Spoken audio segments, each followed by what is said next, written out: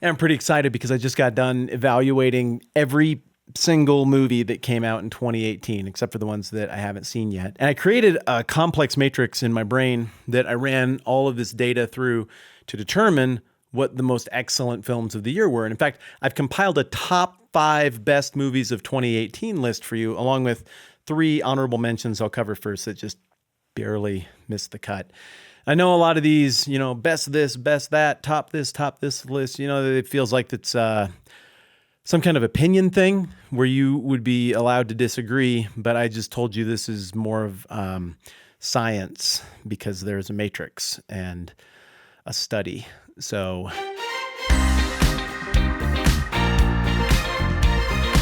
Okay, then, here we go with the honorable mentions. Number 1, Black Panther. The hero is like, a companion hero to Captain America, and that he just really likes what is right. I like that this guy just knew what was good and did it. Thought it was visually cool. It was fun, fantasy, like the action sequences. People thought it was a great movie. I thought it was a great movie too. Just not quite top 5 excellent level. My second honorable mention this time around was Paul, Apostle of Christ. If you know me at all, you know that I typically hate Christian movies because I just feel like sermons disguised as movies. That's a dirty bait and switch. Trite lessons and odd usage of God as a character. But what I really liked about this movie was twofold. There was a very useful working through of the question of church and state. And what do you do when the government's weird? Or what do you do when you're in power in the government and you're a religious person? I thought it was thoughtful. I thought it was timely. I think if people went and took a look at this movie in light of where we're at with political stuff right now, it would actually be a really helpful discussion starter. Second thing I like about this movie, and I missed this totally on my first viewing, is I really dug the resolution at the end, where a tortured soul who had screwed some stuff up in a pretty serious way found completion and redemption and resolution and really beautiful closing sequence. So that was a great film. I think you would really enjoy it as well. And then my third one, which made such a lasting impact on me that I can't remember what it is. Wait right there. Don't leave. I totally know what it is. The third one is definitely, Cargo. It's the Netflix movie about Martin Freeman out in the Australian outback, and everybody dies because there's zombies and stuff. And he's got this little baby who he loves so much, and they don't want the little baby to get the zombie disease. And he has to figure out how to get the baby to safety in an impossible, dark, miserable situation. I love the juxtaposition between, tenderness toward one and skepticism and even fear of everybody else. And maybe I just like this movie because I like Martin Freeman and because I like being a dad and like having kids, and I like movies that sort of celebrate that protective dad instinct. But I thought this was kind of a fun one that sneaked under the radar. Okay, that's your honorable mention. Let's get on to the scientifically, unequivocally verified top 5 movies of 2018.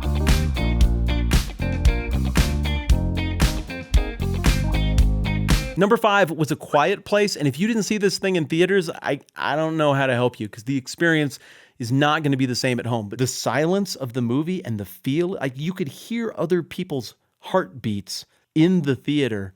And so in terms of a theater experience, I think it was my favorite of the year because it was so visceral and it was just muted enough that I could actually encounter what other people were thinking and feeling about the movie as it went along. I think it's brilliant. I hope you check it out if you haven't seen it yet, but I'm sorry for the diminished home experience in advance. Number 4, Free Solo. It is a documentary about a kid named Alex, is it Honnold? I think that might be right. And he's a free climber. And that's interesting and stuff when you see people free climbing 10 to 15 feet. It's a lot more terrifying when you're climbing thousands of feet. The climbing footage itself is agonizing to watch because the kid is connected to literally nothing. But what's also really interesting about the show is how weird this guy's brain is. And not in a bad way. I'm not trying to judge him here. He's just a little bit off to want to do this. And it's fun to watch him be a little bit off because the tension of the movie, unlike just about any other show you'll watch, is that you've got a guy who is facing a dangerous situation he has to overcome that could take his life, but he could also not. I mean, he just not climb it. I could just walk away, but it's like, I don't want to.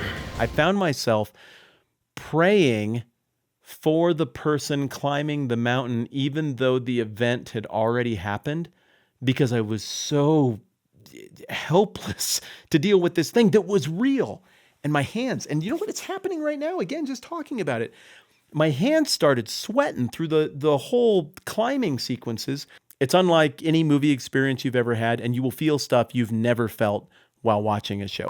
Originally, this was going to be a top 10 list, but then I thought to myself, I need more time to talk about Infinity War, so let's just make it a top 5. Infinity War, I think, would have been an awesome film if we didn't already know and love a gazillion characters in the movie. But the fact that we've spent, a decade with these people at this point, it's like Boyhood, but with the giant purple space monster that tries to kill everybody with a gold glove with power rocks in it. They took a character that we've only seen in a couple after the credits scenes and elevated him to really being the driving force in a film filled with characters, like I said, that you've known for a decade. Great bad guy equals great blockbuster. Marvel just knows how to hit the right notes with a little bit of levity here and there to take the pressure off and keep you engaged. But there are also some really potent moments that I like. And Marvel just took the extra time to add all of those little beats along with the jokes, along with real stakes that cause you to get done with the movie and have to think about some pretty dark stuff. I don't care where Bumblebee goes next. Get in the garage now.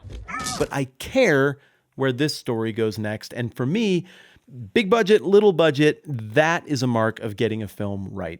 Number 2, and honestly, as much as this is just a silly internet list, I really agonized over number 2 and number 1. I'm going to go with Mission Impossible Fallout. I don't know, 2 was a dumpster fire. 1 feels like a movie from a completely different era. And then all the stuff in between has been just really, frankly, pretty good action films, largely carried along by Tom Cruise continuing to have charisma and even more so, continuing to be willing to do crazy crap in the service of his craft. This movie went beyond all of that, though. I like that they had the opportunity to give us the Logan-esque aging superhero on his last ride, or we're relics of the Cold War Bond kind of thing like they did with Pierce Brosnan Bond, but they just sort of skipped it.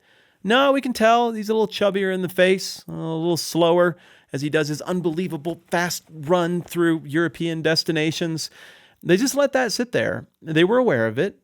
And so you feel like you're aging with him.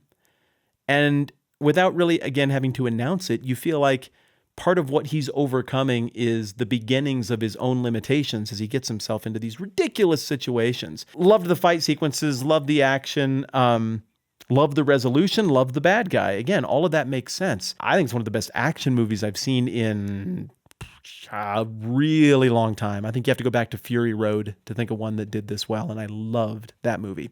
So my number 2 is Mission Impossible Fallout, and number 1 is a cartoon. What am I doing?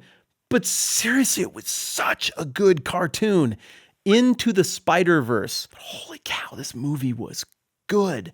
First of all, the look is sensational. And for whatever reason, you don't have time to adapt to it mentally when you see the trailers in theaters. But when you actually go and see the film, you have a little more time to become immersed in this visual world. And what I loved is that it's like they took remember the old pointillism thing that they would do with comic book art back in the day?